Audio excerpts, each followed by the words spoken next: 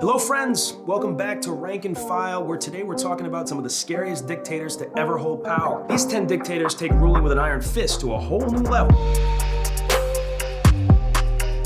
First up, number 10, Qin Shi Huang. Huang was the first empire of the Qin dynasty, and some say solidified the title emperor, throwing out the king moniker used by the two previous rulers. One thing that made Huang stand out was his interest in magic and alchemy. He relied heavily on magicians and other charlatans in efforts to develop an elixir of immortality, which brought on plenty of scrutiny from Confucian scholars, many of whom he would just have executed, which became a bit of a pattern for Huang. If any scholars disagreed with him, they were executed. If there were books written that criticized his views, they were burned, and the authors were executed. But in the end, he may have wanted to listen more closely to those men of science, because as it turned out, the main ingredient in those magical elixirs wasn't ambrosia. It was mercury, and he was dead before his 50th birthday. But while he was around, he was responsible for the first smaller version of the Great Wall, the Good Wall, and the 400,000 men who died building it, as well as a massive mausoleum surrounded by an army of life-sized terracotta soldiers. Not as many workers died making that thing, but they were swiftly murdered by Huang after its completion to keep the structure's existence a secret. Cool, Huang, cool. And all that was inflicted on his own side. When it came to prisoners of war, death just wasn't enough for Huang, so he would just have them castrated and made slaves for life. Damn.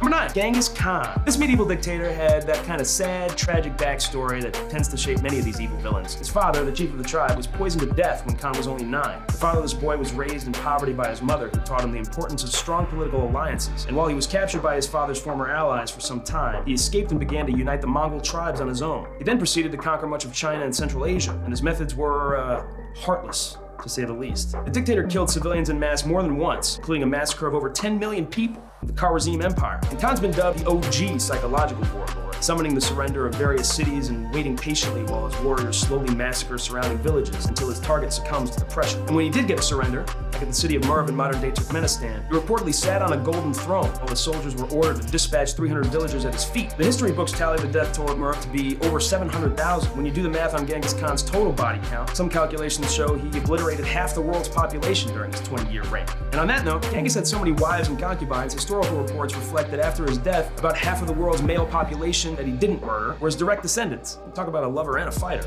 For number 8, we're going with the dictator with the best name, Vlad the Impaler. Vlad III was known as the Impaler for a reason. According to his reputation, when he first became ruler of Wallachia, he invited his rivals to a nice formal dinner, and upon being seated for the first course, he stabbed them all to death. That's nice. And apparently Vlad, he had a thing for manners. When the Sultan of the Ottoman Empire sent a group of his men to meet with Vlad, following religious custom, the men did not remove their turbans upon their first meeting with the ruler, prompting Vlad to help keep the turbans secure by nailing them to their skulls. Yeesh. Besides impaling dinner guests and turban-wearing visitors, Vlad impaled 20,000 prisoners of war. Was known to sometimes impale babies to their mother's breasts. Is the inspiration for Count Dracula was from a family belonging to the Order of the Dragon. That sounds cool, actually. And paid sick people to go to the Ottoman camps in the hopes they would spread disease and cause an epidemic. Yeah, I think the name fits. Number 7, damn, another great name, Queen Bloody Mary I. Many tout Queen Mary as England's first female throne, and she didn't have an easy time getting there, typical. She was first said to be engaged at just 2 years old, the son of the King of France, then to her cousin, until she finally married the Prince of Spain in 1554, which caused the dissenting group to attempt an overthrow of the Queen, due to the fear that the inter-European rule would cause a widespread mandated restoration of Catholicism. This is when Bloody Mary first flexes her dictator muscle. She swiftly executed the 100 people involved in the attempted overthrow, found out her predecessor, Lady Jane Grey's dad, was maybe somehow involved, so she beheaded her, and even locked her own sister, Elizabeth, in the Tower of London for months on a hunch that she was somehow involved. Damn. Paranoid much? And it appeared that those Englishmen who attempted her overthrow were right about Mary's plans to mandate Catholicism, because once fully in power, Bloody Mary ordered nearly 300 Protestants to be burned at the stake, including the Archbishop of Canterbury, who was an advisor to Mary's own brother and father. In the end, though, Queen Mary's bloody plan of Catholicizing England failed, when that sister she locked in a tower succeeded her and took the nation back to Protestantism. Number 6, Vladimir Ilyich Ulyanov, better known as Vladimir Lenin. Lenin was outspoken about his communist views and pushed for socialism to replace capitalism from the very start, spending 3 years exiled to Siberia under charges of sedition. But in 1917, after the Russian Tsar was overthrown and a provincial government was put in place, Lenin saw his chance. That October, he led a revolution of his own and took power. But it went downhill pretty quickly after he abolished all private land ownership and basically tried to hand the First World War to the Germans. Lenin paved the way for that quintessential Russian authoritarianism we know today. He locked parliament members out of parliament, literally, abolished all political parties besides his own, censored the press, and to use his own words, ruled based directly upon force and unrestricted by any laws. Cool. Lenin had thousands of people executed for holding separate political beliefs and disregarded others suffering famine and poverty. Lucky for everyone, though, he died of a brain hemorrhage.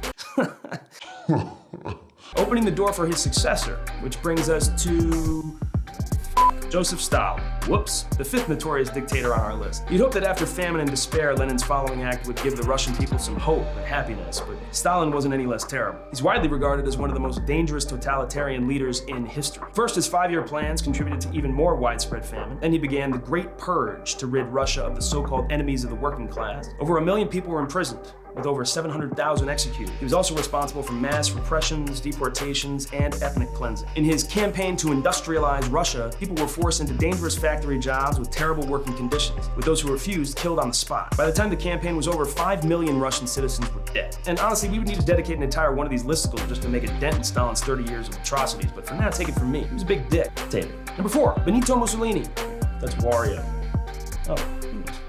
See the resemblance. Like many members of this list, Mussolini didn't grow up in a peaceful environment at all. He gained a reputation for bullying and fighting from a very early age. When he was just 10, he was expelled from a boarding school for stabbing a classmate in the hand. And then he stabbed a kid at the next school too. Later, he even admitted to stabbing a girlfriend in the arm. Who was with this guy and stabbing people? When he was wounded in World War I, he gathered other disillusioned war vets into a violent group known as the Black Shirts and slowly gained power by, you guessed it, offing all of his political opponents and their constituents. In the 2 years before he officially took control over Italy, he oversaw the murder of over 2,000 people. And for many others, they were just beaten to a pulp or forced to drink castor oil. What the f? Drink castor oil?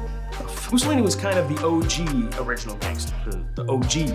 His gangs of followers spent those early years vandalizing newspaper offices and social clubs, terrorizing pretty much everybody. So this was the beginning of fascism, an extreme right totalitarian party. He began dismantling Italy's democratic government piece by piece until he became such an autocrat, even Hitler called him a role model. Despite surviving many assassination attempts, Mussolini was eventually caught and executed alongside his mistress, and kicked, spat on, stoned, and left hung upside down from the roof of a gas station in Milan. Damn. Italians really know how to do vengeance. Number 3, Adolf Hitler. Undoubtedly a separate breed of murderous lunatic, Hitler's perhaps the most notorious example of what happens when someone is rejected from art school. Twice. I wonder if all that murder would have been avoided. He just let the man paint. Although he was born in Austria, he refused to serve in the Austrian army in World War I due to them having soldiers who were less white than clear. And then he renounced his Austrian citizenship in 1925 to become stateless, whatever that means, until the German Nazis gave him citizenship in 1932. Hitler became chancellor in 1933 and the Führer, leader, just a year later. Before he ordered the systemic genocide of 6 million Jews, Hitler knew he had to worm his way to absolute power in Germany. He started by blaming the arsonist destruction of the Parliament building, the Reichstag fire, on a communist plot, convincing Germany's then president to suspend basic civil rights for anyone who wasn't a Nazi. This ultimately led to the Nazis being the only legal party in Germany. Once the German president died in 1934, Hitler just abolished the presidential office, merging it with his functions as chancellor, basically making himself the head of state and the head of government. The move that made it impossible to remove him from power. He eventually took over the military as well, mostly by blackmailing high-ranking officials. In 1942, Hitler and his team of maniacs started their extermination by invading Poland, the Baltic, and into the Soviet Union. At one point, Hitler told his men it would be best to just shoot everyone who looks odd. Cool. And I guess a lot of people looked out to them because in the end, on top of the 6 million Jews mostly killed in concentration camps, another 13 million civilians were wiped out by imposed starvation, disease, and famine. This monumental attack on the human race was undoubtedly a primary factor that started World War II, adding another 12 million deaths to Hitler's body count, making him responsible for more loss of life than virtually any other single person in recorded history. Why didn't we make him number 1? Oh, chronological. Number 2, Mao Zedong. Unfortunately, evil dictatorships didn't stop at the end of World War II, and Mao's rule inflicted even more death than Hitler.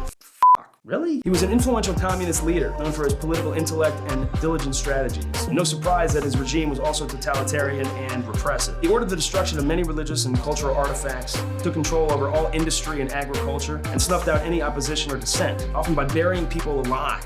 He wasn't fond of professors or academics, known to have them dress in grotesque clothing, smear their faces with ink, and get down on all fours and bark like dogs before many were either beaten to death or eaten.